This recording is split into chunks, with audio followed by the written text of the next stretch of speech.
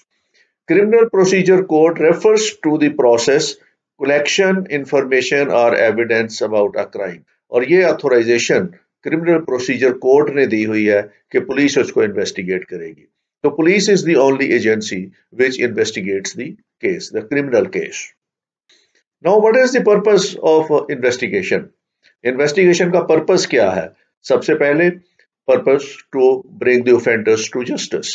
जिस किसी ने भी जुर्म किया है उसको इंसाफ के कटहरे में खड़ा किया जाए, और उसको जो भी लॉ है, law of the country, law of the state, जो भी क्रिमिनल प्रोसीडिंग है उस स्टेट के अंदर जहां ये क्राइम कमिट हुआ है, उसके तहत उसको डील करके उसको सजा दी जाए। तो उसको सबसे बड़ा पर्पस क्रिमिनल इन्वेस्टिगेशन का ये है कि जिस किसी ने भी गिल्ट किया है, जिस किसी ने भी लॉ को वायलेट किया है, जिस किसी ने भी क्राइम किया है, उसको एक ड्यू प्रोसेस के जरिए सजा दी जाए, उसको पूरा क्रिमिनल जस्टिस सिस्टम के तहत गुजार के उसको सजा दी जाए। तो ये पर्पस है उसका क्रिमिनल इन्वेस्टिगेशन का, to bring the offenders to justice. Crime prevention, दूसरा बड़ा पर्पस इसका यह है कि क्राइम जो है उसको प्रिवेंट किया जाए। क्राइम प्रिवेंट एक ही सूरत में हो सकता है कि whosoever is guilty he is convicted, जो कोई भी है, और ये रूल ऑफ लॉ एस्टेब्लिश किया जाए, जिस हैसियत का भी आदमी है, जो कोई भी है, वो अगर उसने क्राइम कमिट किया है तो वो उसको सजा दे दी जाए। तो ये पर्पस है इन्वेस्टिगेशन का कि क्राइम प्रिवेंट किया जाए सोसाइटी के अंदर। Crime control and crime mitigation, कि क्राइम को एक खास सतह से ऊपर ना जाने दिया जाए। हर सोसाइटी की एक टॉलरेबल लिमिट होती है क्राइम की, और अगर क्राइम उससे ऊपर चला जाए तो सोसाइटी में पैनिक फैल जाता है। तो हर क्रिमिनल जस्टिस सिस्टम की ये कोशिश होती है कि क्राइम जो है वो कम से कम रहे और उस टॉलरेंस लिमिट को क्रॉस ना कर सके जहां पे लोग जाके लोगों में पैनिक क्रिएट हो जाए। तो क्राइम कंट्रोल और crime mitigation is the other purpose of the criminal investigation, कि जो कोई जुर्म करे उसको सजा मिल जाए। तो इस तरीके से लोग डेटरेंस जो है वो क्रिएट हो जाता है, और लोग जो है वो क्राइम कमिट करना छोड़ देते हैं, या उसमें खातिर-ख्वाह कमी आ जाती है। सोशल जस्टिस इन सोसाइटी, तीसरा पर्पस क्रिमिनल इन्वेस्टिगेशन का यह है कि समाजी इंसाफ ऐसा मुआशरे के अंदर हो जिसमें जिस शख्स के साथ भी ज्यादती हुई है या जिसके साथ भी कोई ऑफेंस हुआ है, तो उसका बदला उसके बिहाफ पे स्टेट ले। तो इस तरह सोसाइटी के अंदर सोशल जस्टिस क्रिएट हो जाता है, सोशल जस्टिस एस्टेब्लिश हो जाता है, और जिसके साथ नाइंसाफी हुई हो उसको ये हौसला रहता है, ये तस्कीन रहती है कि मेरे बिहाफ पे स्टेट जो है वो एक्यूज्ड के साथ मेरा बदला ले रही है, या एक्यूज्ड को कन्विक्ट कर रही है, या एक्यूज्ड जो है वो बिहाइंड द बार चला गया है। तो ये पर्पस है इन्वेस्टिगेशन का कि सोशल जस्टिस लोगों को दिया जाए। प्रोटेक्शन ऑफ वल्नरेबल कम्युनिटीज, मुआशरे के अंदर बहुत सी कम्युनिटीज ऐसी हैं which are vulnerable to the crime, और उनके साथ क्राइम ज्यादा होता है, जिसमें जो लोअर एशेलॉन है सोसाइटी का, और उसमें ज्यादातर वो लोग जो अपने ह्यूमन राइट्स का खुद प्रोटेक्ट नहीं कर सकते, जिसमें विमेन हैं, चिल्ड्रन हैं, ट्रांसजेंडर्स हैं, और जो इकोनॉमिकली डिप्रेस्ड क्लास है, इस तरह के जो लोग हैं वो उनकी प्रोटेक्शन नहीं होती। तो एक पर्पस क्रिमिनल इन्वेस्टिगेशन का ये भी है कि इन लोगों के राइट्स की प्रोटेक्शन की जाए जो वल्नरेबल कम्युनिटीज है। तो ये मल्टी पर्पसेस है इसका इन्वेस्टिगेशन का, और सबसे बड़ा इसका no doubt is to bring the offenders to justice and to prevent the crime. Process of collection of evidence, तो हम एविडेंस कलेक्ट कैसे करते हैं क्रिमिनल इन्वेस्टिगेशन में? सबसे पहले तो क्राइम सीन इंस्पेक्शन है, कि जहां पे क्राइम हुआ है, जहां पे इंफॉर्मेशन आई है कि फलां जगह पे क्राइम हुआ है, तो पुलिस वहां पहले पहुंचती है और उसमें क्राइम सीन को इंस्पेक्ट करती है। क्राइम सीन इंस्पेक्ट करने में जो सारी की सारी एविडेंस उसको नजर आती है, उसको वो कलेक्ट करती है, और इसको फर्स्ट जो उसका एविडेंस प्रोसेस है उसका वो है that is collection of evidence का पहला, कि एविडेंस को रिकग्नाइज किया जाए कि कौन कौन सी एविडेंस यहाँ पे ऐसी है जो केस के साथ कनेक्ट हुई है और जिसको अदालत में पेश करके हम अपने मुलजम को सजा दिलवा सकते हैं या उसको आइडेंटिफाई कर सकते हैं या उसको गिरफ्तार कर सकते हैं। तो तीनों चीजें जो है वो हमने पेश नजर रखनी है जो क्राइम सीन है उसके ऊपर। नंबर वन, कि कौन सा ऐसी एविडेंस है जो हमें एक्यूज्ड के बारे में आइडेंटिफाई करने में हमें हेल्प दे सकती है, कौन सी एविडेंस ऐसी है जो एक्यूज्ड को अरेस्ट करने में हमें हेल्प दे सकती है, कौन सी एविडेंस ऐसी है जो कोर्ट के अंदर पेश करके हम एक्यूज्ड को कन्विक्ट करा सकते हैं। तो ये सबसे पहला काम आइडेंटिफाई करना है कि इसमें से कौन कौन सी एविडेंस जो है वो हमारे लिए जरूरी है इकट्ठी करना और हमारे केस से रिलेट करती है, हमारे केस से कनेक्ट करती है। तो जो रेलिवेंट एविडेंस है हमने सिर्फ क्राइम सीन से वही कलेक्ट करनी है, जो इररेलेवेंट एविडेंस है या ऐसी एविडेंस जिसका हमारे क्राइम सीन से कोई ताल्लुक नहीं है उसको हमें कलेक्ट करने का कोई फायदा नहीं है। फॉर एग्जांपल, अगर मर्डर हो गया है तो मर्डर की क्राइम सीन से जो एविडेंस हमें हमारे लिए जरूरी होगी वो होगी कि अगर वहां पे वेपन ऑफ ऑफेंस पड़ा हुआ है या वेपन ऑफ ऑफेंस से रिलेटेड कोई और चीज पड़ी हुई है। फॉर एग्जांपल, अगर पिस्टल उसमें इस्तेमाल हुआ है तो क्या वहां पे क्राइम एम्प्टीज पड़ी हुई हैं, वहां पे खाली कारतूस पड़े हुए हैं, तो वो हमारे लिए ज्यादा इंपॉर्टेंट होंगे ताकि उनको हम वहां से कलेक्ट करेंगे और उसको फिर फोरेंसिक एग्जामिनेशन के लिए भेजेंगे। अगर वेपन ऑफ ऑफेंस वहां पड़ा हुआ है तो उसको कलेक्ट करेंगे और वो हमारे लिए एक रेलिवेंट एविडेंस होगा एस्टेब्लिश करने के लिए कि इस वेपन से मर्डर किया गया है। फिर अगर मर्डर हुआ है तो वहां पे ब्लड स्टेन्ड अर्थ इकट्ठी करेंगे और वो सारी चीजें इकट्ठी करेंगे जहां पे ब्लड है, तो उसके लिए फिर वो उसका फोरेंसिक एनालिसिस होगा। तो इस तरीके से जो रेलिवेंट एविडेंस है वहां से हम उसको पहले आइडेंटिफाई करेंगे कि वो कौन कौन सी एविडेंस है। उसके लिए क्राइम इंस्पेक्शन की जाती है और क्राइम इंस्पेक्शन पे मैं बाद में एक लेक्चर आपको दूंगा कि प्रिंसिपल्स क्या है क्राइम इंस्पेक्शन के। अगली जो प्रेजेंटेशन होंगी उनमें हम इस चीज पे डिटेल के साथ बात करेंगे।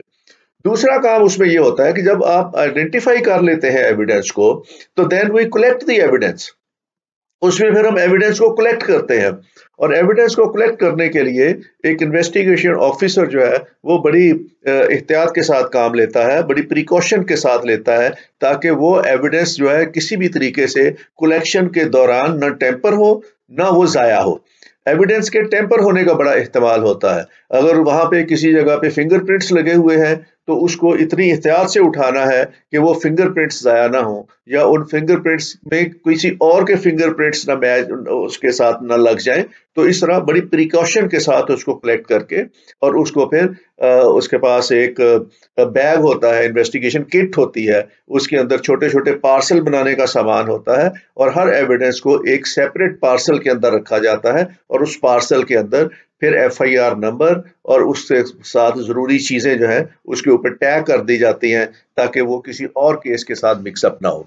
अगर वहां पे अर्थ स्टेन्ड ब्लड स्टेन्ड अर्थ है तो उसको इकट्ठा करके एक अलग उसमें पार्सल में बनाया जाता है। तो अगर ब्लड पड़ा हुआ है तो ब्लड को वहां से उठाया जाता है, उसको अलग पार्सल में बनाया जाता है। तो इसी तरह अगर उसके फुटप्रिंट्स हैं किसी के या फिंगरप्रिंट्स हैं किसी के या DNA से रिलेटेड जो चीजें वहां से हमने पिक करनी है तो उसको फिर हर चीज को, हर एविडेंस को एक अलग पार्सल बना के उसके ऊपर उसकी FIR नंबर और डेट और बाकी चीजें उसके अंदर टैग कर दी जाती हैं so that it should not mix up with the other evidence. तो इस तरह एविडेंस वहां से कलेक्ट की जाती है।